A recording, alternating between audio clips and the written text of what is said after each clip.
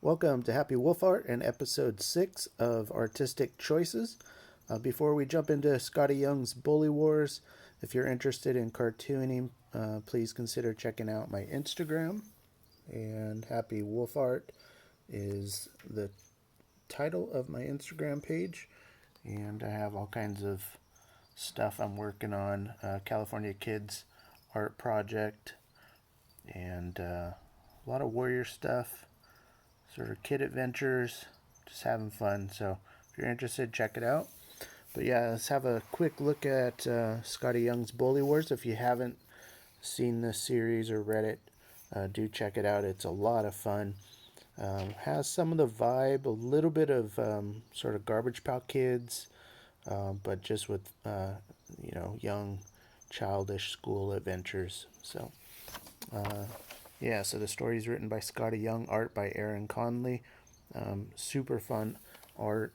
His style is really enjoyable. This first page, a couple things. So when I do these artistic choices, I'm sort of thinking out loud about learning from other artists, things that I personally or others can learn from other artists and what they do. But what stood out to me, obviously, you have an establishing shot of the town of Rottenville and what makes the town rotten, right? You see roadkill, you see an uneven sidewalk, overgrown plants, splatters, and stuff like that. It's a population, a bunch, but not too much.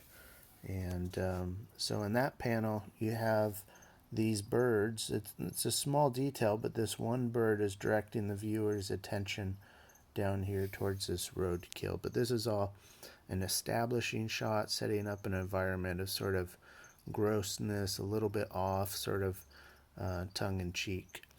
The other thing, too, I'm always personally looking at how other artists draw houses and buildings and structures. And the artist of Kid Slapshot, Troy Dongara, mentioned at one point, don't ever draw a straight line. And so if you look at this house, a lot of these lines, I mean, they're generally straight in a sense, but they're rougher lines, and that gives it sort of this personality. You have more space between these columns and these, and so it's just not a perfect image, but that's what gives it character. Compositionally, this is really interesting, but as the kid comes out of his house, his door, right, here's the sidewalk, his stack of books points right up to the sidewalk where he came from. So it's a nice storytelling device, right? Coming out of the door, down the sidewalk, and here we are. He's on his way to school. Again, nice little detail. His lunch has something green oozing from it, all a part of this sort of Rottenville. And then there's a lot of these little, instead of Nike, it's Psyche or Psych. A lot of little details that you can look for in the art that are fun to find and think about. This is the second page, and instead of using a typical sort of format of a panel, the sidewalk here is used as a panel break, and I thought that was a really neat use of space. Compositionally, too, you have him going downhill. You have these trees sort of growing at an angle against the grain a little bit, and then to balance this, you have this pole going the other direction. Again, Rottenville, so you have trash and different things. You have this wild dog here barking, a hose running with nobody around. So just little details building up environment. I personally am not sure why this bus pole is kinked like this. I don't know if this is an East Coast thing or Midwest thing, but nonetheless, it stood out to me. I just don't have an explanation for it. So that'd be interesting to find out the reason for that. I thought perhaps if it was straight, I don't know, it may extend up and so it kinked it. I don't know, but could be anything. Just for interest sake. It also sort of mirrors this tree which is kinked a little bit. So anyways, next page here. Again, compositionally, this is just sort of an interesting point here. In the middle, you have this character's hair, which takes up sort of this upper corner and extends over. And then on the other side of the panel, you have this tree that does a similar shape. Also, his body arches there. So it's this circle motion, right? They're talking, and this character in this arm is sort of the balance point, secondary balance points, and then these are the closest ones to the camera, closest figures to the camera. Obviously, always breaking the plane is sort of interesting too. And those can be done to direct the eye of the reader, or just to connect to an earlier panel in a certain way, and we'll see that later on another page. This is interesting because it's cartoon logic. I remember when you are creating your own stuff, it doesn't always have to follow logic. So this guy's chewing a piece of gum. He spits it out, this huge spit wad, right? It's flying through the air, and it's going to hit him. Obviously, it's a big spit wad, but it's not bigger than his head. But when the spit hits him, blap, right? And it covers his entire body. Obviously, this doesn't become that in a real sense, but in a cartoon you can make it happen. And this reminds me a lot of sort of Garbage Pail Kids and silly names, and Jane Gum or something like that for a particular kid. But just fun stuff. In a cartoon you can get away with things like that, and this is also a nice composition, right? Two people on the side here with this big overarching spooky sort of horror looking gum covered character. All right. Little details like this guy has pins on his jacket, and throughout the story I keep checking for those, and a lot of artists will slip in little details of things they want to say, whether it's politically or socially, but strangely he keeps them really consistent through all of the panels.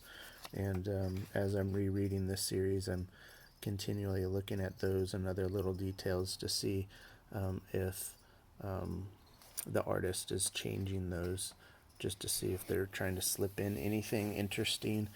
All right, so this is also sort of another establishing shot of the school. This is, what is it called here? Rottenville High.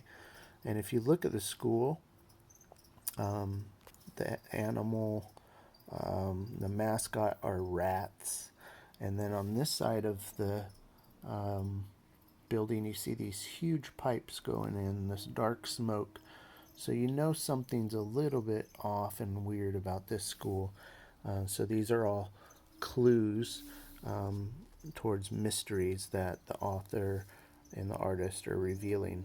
Noticed on this school bus, it's a little bit hard to read, but here where, say, like a Ford logo or something would be, if you look at it up closely in this panel, it says board. So it's a play on words, like Ford, board.